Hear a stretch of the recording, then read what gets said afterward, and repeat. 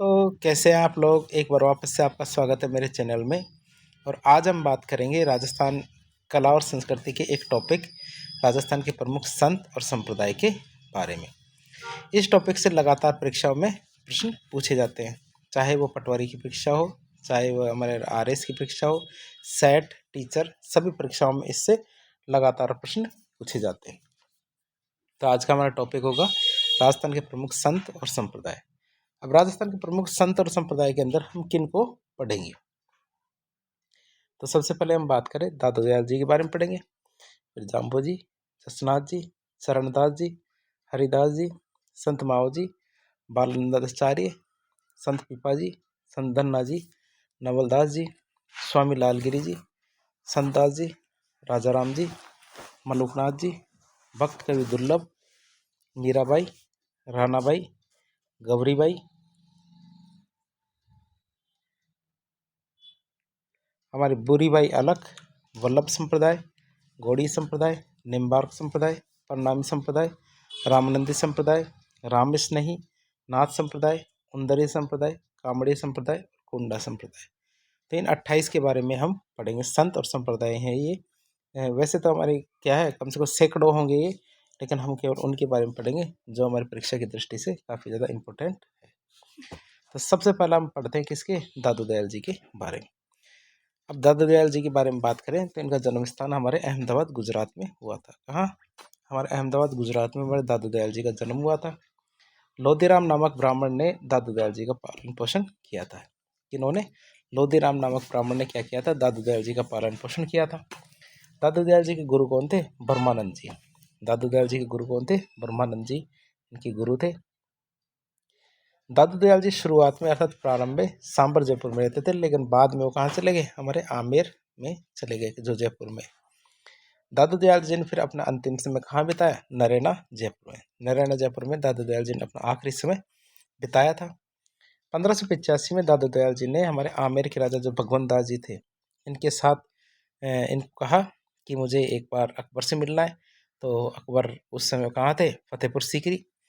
तो राजा भगवंत दास ने कहा कि दादू दयाल जी को कि हमारे फतेहपुर सीकरी में मुगल बादशाह अकबर ठहरे हुए। तो दादू दयाल जी फतेहपुर सीकरी जाते हैं आगरा में, और वहाँ जाके मुगल बादशाह अकबर से मुलाकात करते हैं।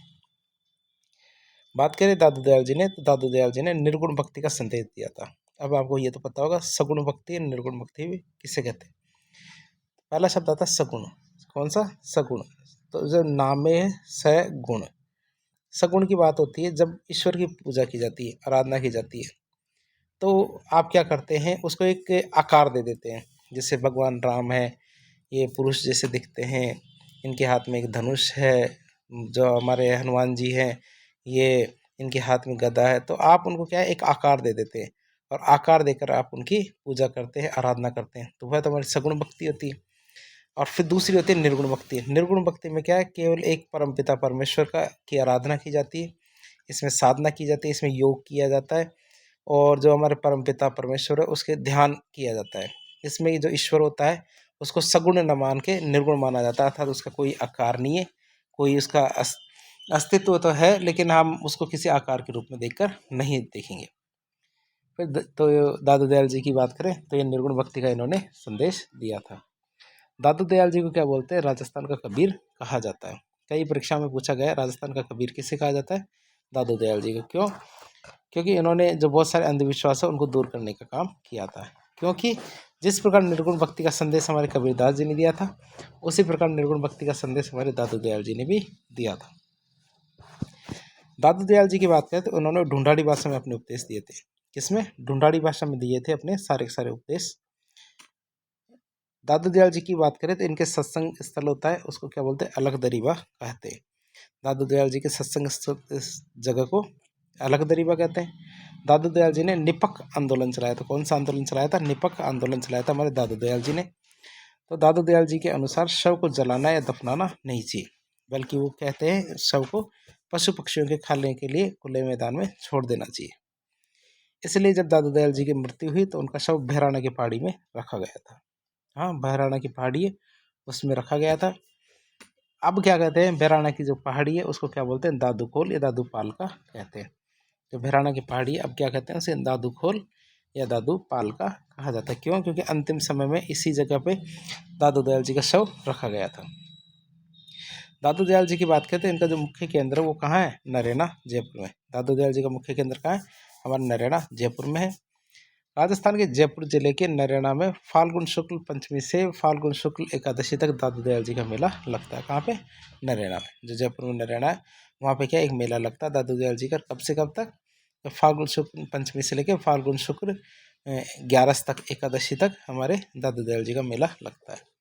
जो दादू दयाल जी के मंदिर होते हैं उनको क्या बोलते हैं? दादू द्वारा कहते हैं। कई बार परीक्षा में आया हो दादू द्वारा किसे कहते हैं, या फिर दादू दयाल जी के मंदिर को दादू द्वारा कहते हैं। दादू दयाल जी के मंदिर हैं दादू द्वारा, उसमें दादू दयाल जी की वाणी मतलब उनकी पुस्तक है उसकी पूजा की जाती है। दादू दयाल जी की वाणी या पुस्तक है ना, उसकी पूजा की जाती है। दादू दयाल जी के 52 शिष्य थे, उनमें क्या कहते हैं? 52 स्तंभ कहा जाता है। दादू दयाल जी के 52 शिष्यों को 52 स्तंभ कहा जाता है। दादू दयाल जी ने दादू संप्रदाय की स्थापना की थी। तो हमने दादू दयाल जी के बारे में बहुत सारी जानकारी ले ली। अब बात करेंगे दादू दयाल जी की शाखाओं के बारे में। दादू संप्रदाय का विभाजन फिर क्या हुआ? 5 शाखाओं में हो गया। दादू संप्रदाय का विभाजन कितनी शाखाओं में हुआ? 5 शाखाओं में हो गया। जैसे कि हमारी पहली शाखा कहलाती थी खालसा। पहली शाखा क्या कहलाती थी? खालसा। तो खालसा शाखाओं की खासियत ये थी कि वे दादूपंथी जो नरेना को अपना मुख्य केंद्र मानते थे उन्हें क्या कहते थे? खालसा। जो क्या मानते थे? नरेना जयपुर को क्या अपना मुख्य केंद्र मानने लगे थे, उन्हें खालसा कहते थे। दूसरे होते थे विरक्त। क्या है? विरक्त। नाम में विरक्त है, विरक्त अर्थात मोह भंग हो जाना विरक्त कहलाता है। तो वे दादूपंथी जो घर बार छोड़कर वैराग्य धारण कर लेते हैं उन्हें विरक्त कहते हैं। तो उनका मोह भंग हो जाता है घर बार से, तो घर बार छोड़ के वो क्या करते हैं? वैराग्य धारण कर लेते हैं। फिर आती उत्तरादेह। तो वे दादूपंथी जो हरियाणा चले गए थे उन्हें क्या कहते हैं? उत्तरादेह कहते हैं। तो वे दादूपंथी जो हरियाणा चले गए तो उनको उत्तरादेह कहते हैं, अर्थात उत्तर की तरफ चले गए। फिर आता खाकी। वे दादूपंथी जो खाकी कपड़े पहनने लगे, शरीर पर राख लगाने लगे, उन्हें खाकी कहते हैं। फिर आता नागा। वे दादूपंथी जिन्होंने क्या कपड़े का त्याग किया वे क्या कहलाते थे? नागा कहलाते थे। वे दादूपंथी जिन्होंने क्या किया? कपड़े का त्याग कर दिया, वे क्या कहलाते थे? नागा कहलाते थे। फिर बात करें हम दादू दयाल जी के प्रमुख शिष्यों की, तो दादू दयाल जी के 5 प्रमुख शिष्य थे। वो कौन कौन से थे? तो सुंदरदास जी बड़े थे, रज्जब जी, सुंदरदास जी छोटे, बालेन जी, गरीबदास जी। ये तो इनके 5 मुख्य शिष्य थे। फिर बाकी और भी शिष्य थे, क्योंकि इनके 52 शिष्य थे जिनकी क्या कहते थे? 52 स्तंभ कहा जाता था। तो मिस्किन दास जी, बखना जी, माधोदास जी, संत दास जी। कई परीक्षा में पूछा गया है कि निम्न में से दादूपंथी के शिष्य कौन कौन है, तो आपको पता होना चाहिए कौन कौन है। सुंदरदास जी बड़े, सुंदरदास जी छोटे, रज्जब जी, बालेन जी, गरीबदास जी, मिस्किन दास जी, संत दास जी, माधोदास जी और बखना जी। तो कुछ के बारे में हम जानकारी ले लेते हैं। जैसे अब सबसे पहले पढ़ेंगे हम किन के बारे में? सुंदरदास जी बड़े के बारे में। किन के बारे में पढ़ेंगे? हमारे पहले आते हैं सुंदरदास जी बड़े। इनका वास्तविक नाम क्या था? भीमराज। सुंदरदास जी बड़े का नाम था हमारे भीमराज। सुंदरदास जी बीकानेर महाराजा कल्याणमल के छोटे भाई थे। सुंदरदास जी क्या थे? बीकानेर के महाराजा कल्याणमल थे, उनके छोटे भाई थे। अब इनको उपाधि दी गई थी गई भोमरा भाड़ू। क्या कहते थे इनको? गई भोमरा भाड़ू कहते थे। अलवर में घाटड़ा गांव की बात करें तो सुंदरदास जी का मुख्य केंद्र क्या था? घाटड़ा। कहाँ था? अलवर में घाटड़ा गांव क्या था? सुंदरदास जी का मुख्य केंद्र था। घाटड़ा हमारे अलवर के में पड़ता है, राजस्थान के अलवर में। शाखा की बात करें तो सुंदरदास जी ने दादू संप्रदाय की नागा शाखा की स्थापना की थी। किसकी? नागा साधु या नागा शाखा की स्थापना की थी। और नागा साधु क्या करते थे? अपने साथ हथियार रखते थे। नागा साधु क्या करते थे? अपने साथ हथियार रखते थे। नागा साधु के रहने के स्थान को क्या बोलते थे? छावनी। क्यों? क्योंकि वैसे भी आपको ये तो अंदाजा होता है कि जो हथियारबंद लोग होते हैं जो जहाँ पे इकट्ठा होकर रहते हैं उसको वैसे भी छावनी कहते हैं। जैसे कैंट होता है, हमारी पुलिस की छावनी होती है, फौजियों की छावनी। तो नागा साधु भी क्या है? अपने साथ हथियार रखते थे। तो उनके जो जहाँ पे वो रहेंगे उसे क्या कहेंगे? छावनी। जयपुर के राजा सवाई जय सिंह ने नागा साधु को सेना में शामिल किया था। जयपुर के राजा थे ना सवाई जय सिंह, तो उन्होंने क्या किया? नागा साधुओं को सेना में शामिल किया।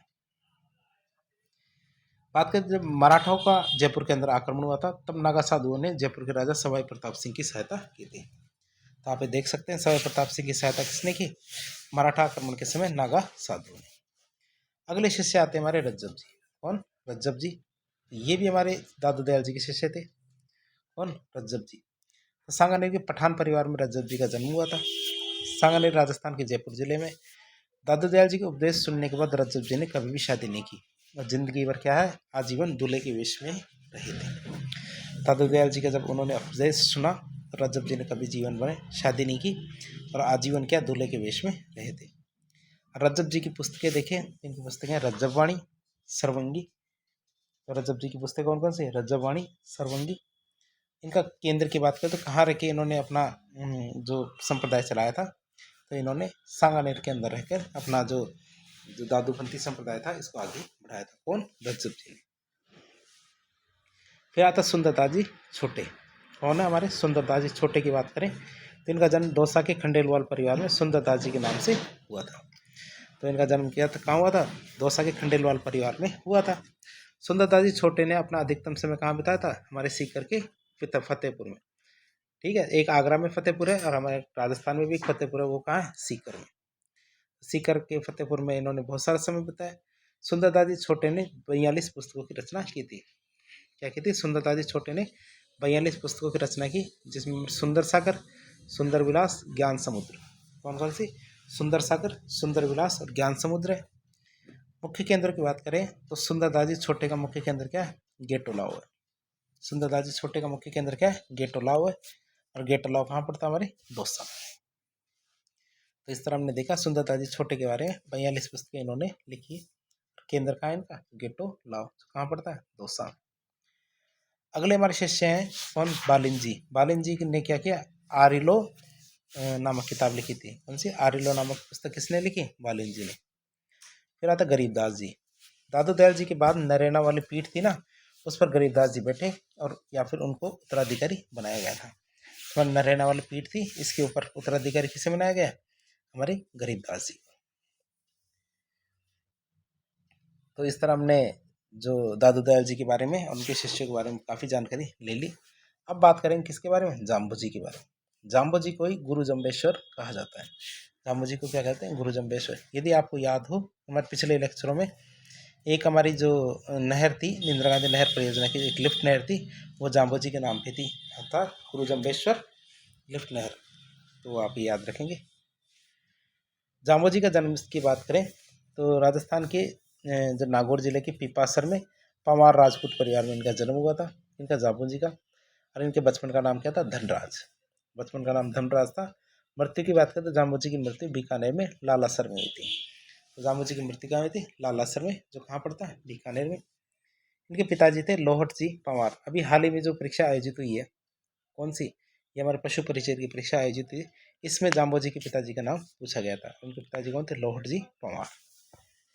जाम्बू जी की माता थी तो वो कौन थी? हंसाबाई। जाम्बू जी जिस स्थान पर उपदेश देते थे उस स्थान को क्या बोलते थे? सांथरी। मतलब जाम्बू जी जिस स्थान पर उपदेश देते थे उस स्थान को सांथरी कहते थे। जाम्बू जी का मुख्य केंद्र क्या था? मुकाम। जाम्बू जी का मुख्य केंद्र क्या था? मुकाम था। और मुकाम क्या है? राजस्थान के बीकानेर जिले में है। मुकाम कहाँ? राजस्थान के बीकानेर जिले में है। अन्य केंद्रों की बात करें तो जाम्बू जी के अन्य केंद्र कौन कौन से थे जहाँ पे वो अपने उपदेश देते थे? जांगलू बीकानेर में, जांबा जोधपुर, रामड़ावास जोधपुर में। तो कहाँ कहाँ अपने उपदेश देते थे? जैसे हमारे जांगलू बीकानेर में, जांबा जोधपुर में और रामड़ावास कहाँ? जोधपुर में। बात करें जाम्बू जी की तो जाम्बू जी की साल में 2 मेले लगते हैं। जाम्बू जी क्या लगते हैं? साल में 2 मेले लगते हैं। एक तो हमारे आश्विन अमावस्या के दिन मेला लगता है, दूसरा हमारे फाल्गुन अमावस्या के दिन। तो आश्विन और फाल्गुन अमावस्या के दिन क्या है? जाम्बू जी का मेला लगता है। जाम्बू जी की बात करें तो भगवान विष्णु का अवतार माना जाता है जाम्बू जी को। जाम्बू जी को क्या माना जाता है? भगवान विष्णु का अवतार माना जाता है। साथ ही साथ जाम्बू जी को वैज्ञानिक संत भी कहा जाता है। जाम्बू जी को क्या कहा जाता है? वैज्ञानिक संत भी कहा जाता है। बात करें इनकी तो अकाल के टाइम पे जाम्बू जी के कहने पे दिल्ली के जो सुल्तान थे सिकंदर लोदी, उन्होंने पशुओं के लिए चारा भेजा था। क्यों? क्योंकि वो जिस क्षेत्र में रह के अपना जो संप्रदाय चलाते थे, तो वो वाला एरिया क्या है? हमारे मरुस्थलीय एरिया था। इस कारण क्या है, वहाँ पे जब अकाल पड़ा तो अकाल से पहले वैसे ही वहाँ पे वर्षा नहीं होती, जो वनस्पति है वो नहीं उगती थी, तो अकाल में तो बिल्कुल ख़त्म हो गया था। तो उन्होंने सिकंदर लोदी को कहा, तो सिकंदर लोदी ने इनके कहने पे क्या पशु के लिए चारा भेजा था। दिल्ली के शासक कौन थे उस समय? सिकंदर लोदी। 1500 के आसपास में, इब्राहिम लोदी से पहले। जोधपुर के जो राजा थे जोधा और बीकानेर के राजा थे बीका, ये भी क्या जाम्बोजी का सम्मान करते थे। जोधपुर के राजा जोधा और बीकानेर के राजा थे बीका, ये दोनों क्या करते थे, जाम्बोजी का सम्मान करते थे। फिर बात करें बीका, क्या जोधा का ही बेटा था। बीका क्या था, जोधा का बेटा था, जिन्होंने बीकानेर शहर बसाया था। फिर बात करें समराथल नामक जगह पे जाम्बोजी ने अपने अनुयायियों को क्या किया था, 20+9 अर्थात 29 उपदेश दिए थे। इसलिए उनके जो जाम्बोजी के अनुयायी थे उनको विष्णुई कहा जाता है। क्यों? क्योंकि समराथल नामक जगह पे जाम्बोजी ने क्या किया, अपने अनुयायियों को 20+9 मतलब 29, जिसको बिश्नोई कहते हैं, 20 नोई उपदेश दिए थे। इसीलिए उनके जो अनुयायी हैं उनको बिश्नोई कहा जाता है। फिर बात करें बिश्नोइयों की, तो बिश्नोइयों का पवित्र वृक्ष कौन सा, खिजड़ी। इनका पवित्र पशु कौन सा, हिरण। बिश्नोइयों का पवित्र वृक्ष हमारे खिजड़ी है, तो पशु कौन सा, हिरण है। जाम्बोजी के उपदेशों की बात करें तो इनके क्या प्रकृति से संबंधित उपदेश थे, जैसे हमें हरे पेड़ नहीं काटने चाहिए, जीव हत्या नहीं करनी चाहिए, जैसे कि खासकर हिरण की। तो हमारे सलमान खान जी तो फंसे हुए इस हिरण केस में। खिजड़ी के वृक्ष के लिए तो आप जानते हैं, जो हमारे खिजड़ी के वृक्ष को हमारे कल्प वृक्ष माना जाता है राजस्थान के अंदर। नीले रंग के कपड़े नहीं पहनने चाहिए। साथ ही साथ विधवा विवाह को उन्होंने प्रोत्साहन दिया, अर्थात उन्होंने कहा विधवाओं की शादी की जानी चाहिए। और ये देख लीजिए, आज से 100-500 साल पहले उन्होंने ये बातें कही थी। अगले हमारे लोक देवता आते हैं, कौन से, जसनाथ जी। कौन आते हैं, जसनाथ जी। संत है ये, लोक देवता नहीं है, संत है। इनका जन्म की बात करें तो कतरेसर बीकानेर के अंदर इनका जन्म हुआ था। जसनाथ जी का जन्म जानी जाट परिवार में हुआ था। कहाँ, जानी जाट परिवार में इनका जन्म हुआ था। पिताजी इनके हमीर जी थे, माताजी इनके रूपा दे। और मुख्य केंद्र की बात करें तो इन्होंने अपना मुख्य केंद्र कतरेसर बीकानेर में बनाया था। मुख्य केंद्र कहाँ बनाया इन्होंने, कतरेसर बीकानेर में। तो इनके केंद्रों की बात करें तो इनके केंद्र कौन कौन से थे, बम्बलू बीकानेर, लिखमादेसर बीकानेर, पुंडरासर बीकानेर, मालासर बीकानेर और पांचला सिद्धा नागौर। और पांचला सिद्धा नागौर को तो क्या बोलते हैं, जसनाथ जी संप्रदाय की मथुरा कहा जाता है। तो जसनाथ संप्रदाय की बात करें तो इनका मुख्य केंद्र तो हमारे कतरेसर बीकानेर था। दूसरे केंद्र कौन कौन से, बम्बलू बीकानेर, लिखमादेसर बीकानेर, पुंडरासर बीकानेर, मालासर बीकानेर, पांचला सिद्धा नागौर। और तो इस तरह हमने देख लिया, पांचला सिद्धा क्या बोलते हैं, जसनाथ संप्रदाय की मथुरा। जसनाथी संप्रदाय के नागौर में जो पांचला सिद्धा केंद्र है, इसको जसनाथी संप्रदाय की मथुरा कहते हैं। सन 1500 में गोरखमालिया बीकानेर में, उस जगह पर जसनाथ जी ने जाम्बोजी से मुलाकात की थी। अर्थात ये दोनों कहते समकालीन थे, अर्थात एक ही समय पे थे। तो जसनाथ जी और जाम्बोजी ये आपस में मिले थे, कहाँ पे, गोरखमालिया नाम की जगह पे बीकानेर में, सन 1500 में। सिकंदर लोदी ने जसनाथ जी को मालासर नामक गांव भेंट किया था। कौन सा, मालासर नामक गांव भेंट किया था सिकंदर लोदी ने जसनाथ जी को। जसनाथ जी ने अपने अनुयायियों को 36 उपदेश दिए थे। जैसे जाम्बोजी ने 29 उपदेश दिए थे, वैसे जसनाथ जी ने क्या किया, 36 उपदेश दिए। जसनाथ जी के अनुसार जाड़ वृक्ष और मोर इनको पवित्र माना गया है, अर्थात न तो मोर को माना जाएगा, न झाड़ के वृक्ष को काटा जाएगा। जो जसनाथ जी के अनुयायी है उनके द्वारा अग्नि नृत्य किया जाता है। जसनाथ जी के जो अनुयायी है उनके द्वारा क्या किया जाता है, अग्नि नृत्य किया जाता है। जसनाथ जी के अनुयायी क्या गले में काली ऊन का धागा पहनते हैं। जसनाथ जी के जो अनुयायी हैं गले में क्या करते हैं, काली ऊन का धागा पहनते हैं। जसनाथ जी के साथ इनकी पत्नी काल दे की भी पूजा की जाती है। तो हमारे जसनाथ जी है तो इनके साथ क्या करते हैं, उनकी पत्नी जो काल दे है उनकी पूजा भी करते हैं। अब जाम्बोजी के 2 बार मेले लगते हैं, तो जसनाथ जी उनसे कम नहीं है, तो उनके 3 बार मेले लगते हैं, क्योंकि दोनों साथ साथ थे। उनके अमावस्या के दिन लगते हैं, तो इनके क्या कब लगेंगे, सप्तमी के दिन, अर्थात आधा। तो चैत्र शुक्ल सप्तमी, अश्विन शुक्ल सप्तमी और माघ शुक्ल सप्तमी, तो 3 मेले लगते हैं साल के अंदर। कौन कौन से, चैत्र शुक्ल सप्तमी है, अश्विन शुक्ल सप्तमी है और हमारे माघ शुक्ल सप्तमी है, तो 3 मेले लगते हैं साल के अंदर। जसनाथ जी की बात करें तो इनके जो ग्रंथ है या उनको क्या कहते हैं, तो सिम्बुदड़ा, कोंडा। जसनाथ जी के जो ग्रंथ है उनको क्या बोलते हैं, सिम्बुदड़ा और कोंडा है। अब शिष्यों की बात करें, जसनाथ जी के शिष्य कौन कौन से थे, लालनाथ जी, रामनाथ जी और रुस्तम जी। तो ये हमारे ब्रैकेट में लिखी है इन्होंने कौन कौन सी पुस्तकें लिखी है। तो लालनाथ जी की पुस्तक है जीव समझोत्री, रामनाथ जी की पुस्तक है हमारी यशोनाथ पुराण, और रुस्तम जी की पुस्तक के बारे में पता। तो बात करेंगे सबसे पहले लालनाथ जी की।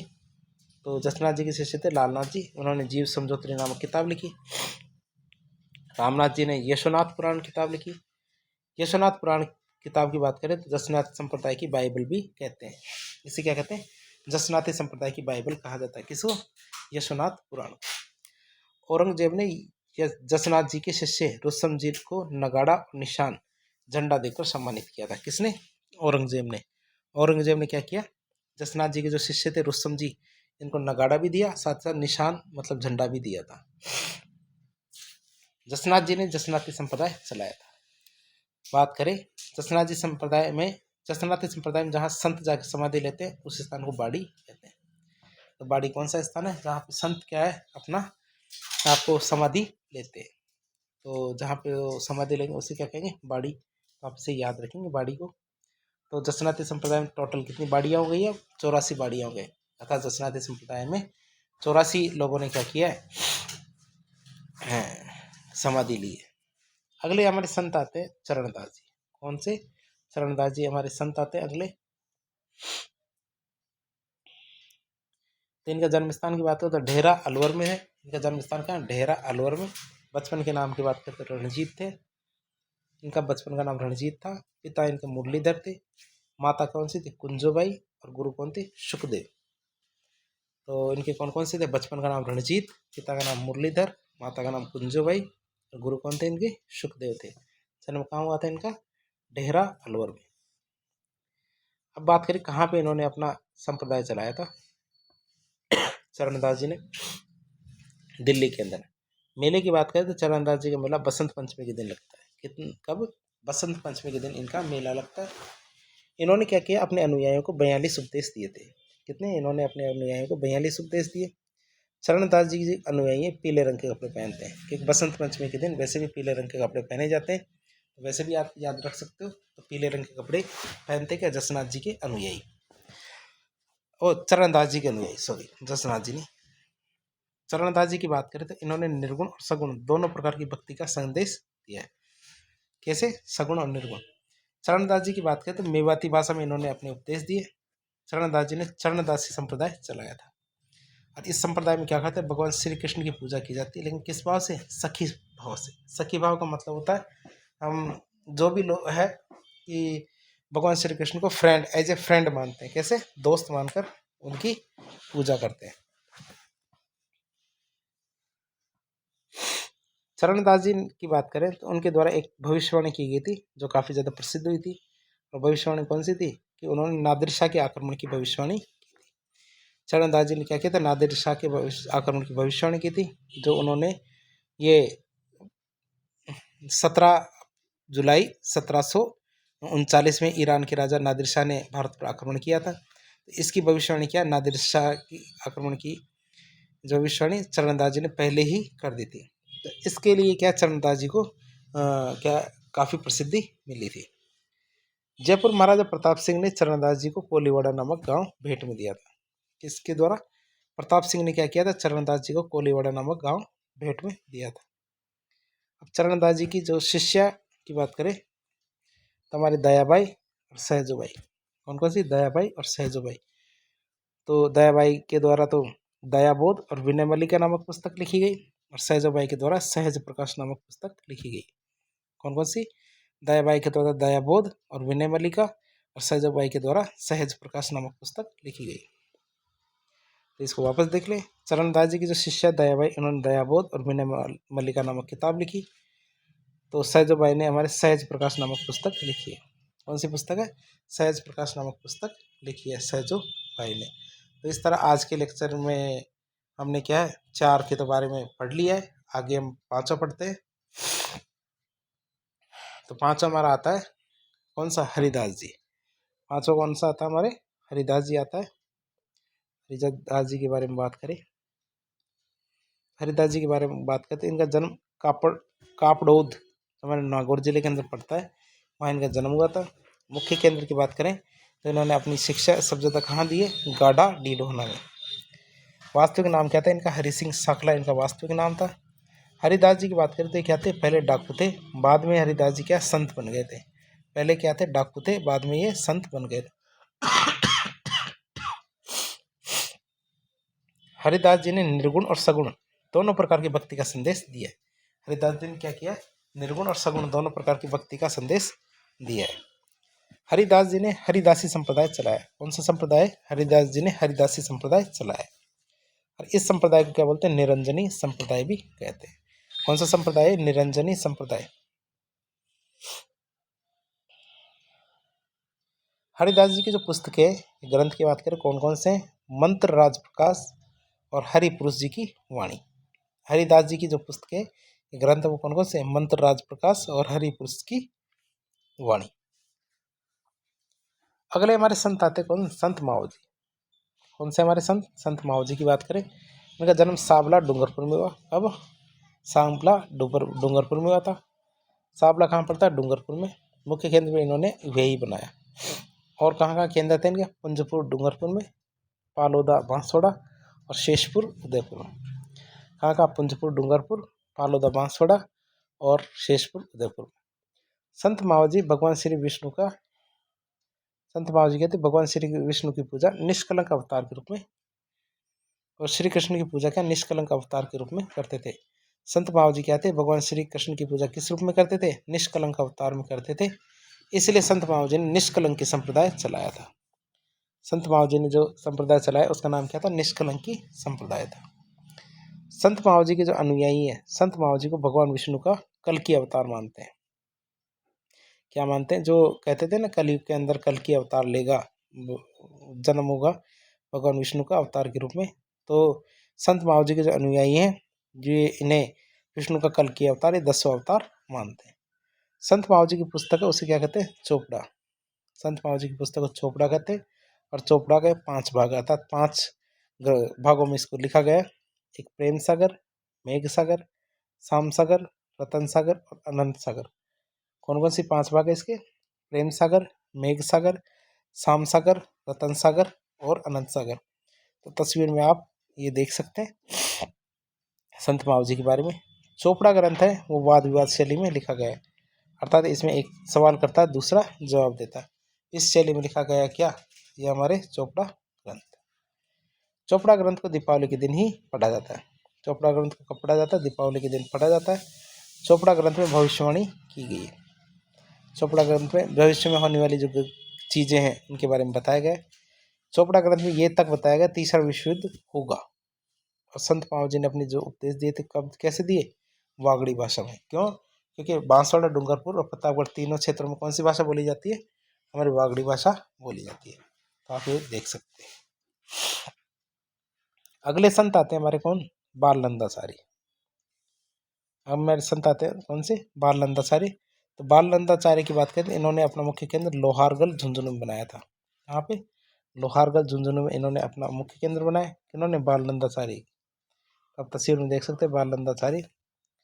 बाल नंदाचारी क्या करते थे? अपने साथ सेना रखते थे, इसीलिए बाल नंदाचारी को क्या बोलते थे? लश्कर संत। आपने यदि एक शब्द सुना हो लश्कर ये तैयबा, क्या आपने एक शब्द सुना होगा लश्कर तैयबा? तो लश्कर का मतलब होता है ऐसे लोग जो अपने साथ क्या हथियार रखते हैं, अर्थात लश्कर तैयबा को एक आतंकवादी गुट माना जाता है। जो क्या है कई बार क्या हमारे जम्मू कश्मीर वाले क्षेत्र के अंदर आतंकवादी घटनाओं को अंजाम देते हैं। तो लश्कर शब्द वहाँ से आता है। लश्कर का मतलब ऐसे लोग जो क्या है सेना रखते हैं। तो बाल नंदाचार्य जी भी क्या करते थे? अपने साथ सेना रखते थे। लश्कर का मतलब वैसे भी सेना होता है। बाल नंदाचार्य ने 52 मूर्तियों की रक्षा की थी। कितनी? 52 मूर्तियों की रक्षा की थी। बाल नंदाचार्य अपनी सेना भेजकर औरंगजेब के खिलाफ मेवाड़ के राज सिंह और मारवाड़ के दुर्गा दास राठौड़ इनकी सहायता की थी। किसके खिलाफ? औरंगजेब के खिलाफ। इन्होंने बाल नंदाचार्य ने। अगले संत आते हैं हमारे संत पीपा।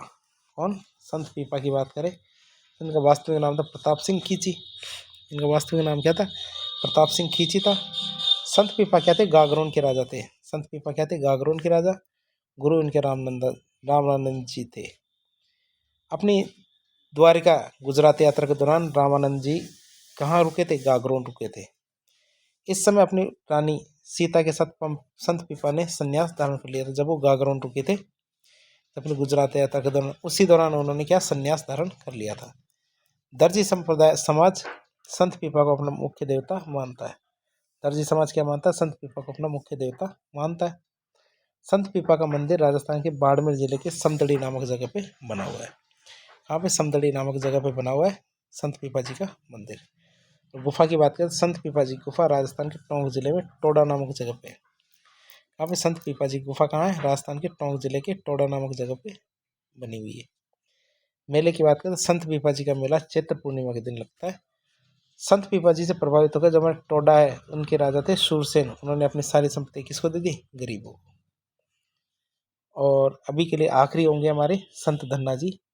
संत धन्ना जी की बात करें तो धुआं कला टोंक जिले में इनका जन्म हुआ। इनका जन्म क्या है? एक जाट परिवार में हुआ था। कहाँ हुआ? जाट परिवार में इनका जन्म हुआ था। इनके गुरु कौन थे? रामानंद जी। संत धन्ना जी के गुरु कौन थे? रामानंद जी। ये एक जाट थे। और संत धन्ना जी ने क्या किया? राजस्थान में भक्ति आंदोलन प्रारंभ किया था। पंजाब में भी संत धन्ना जी का प्रभाव देखने को मिलता है। इनका मंदिर क्या? बोरनाडा जोधपुर में। तो इस तरह आज के लिए इतना ही पढ़ेंगे हम। आगे के जो हमारे संत और संप्रदाय है वो अगले लेक्चर में देखेंगे। तो इस प्रकार के इन्फॉर्मेटिव वीडियो देखने के लिए हमारे चैनल से जुड़े। वीडियो यदि पसंद आता है तो वीडियो को लाइक करें, चैनल को सब्सक्राइब करें, अपने दोस्तों के साथ शेयर करें। यदि आपको कोई सुझाव हो कमेंट बॉक्स के माध्यम से बताएं। धन्यवाद।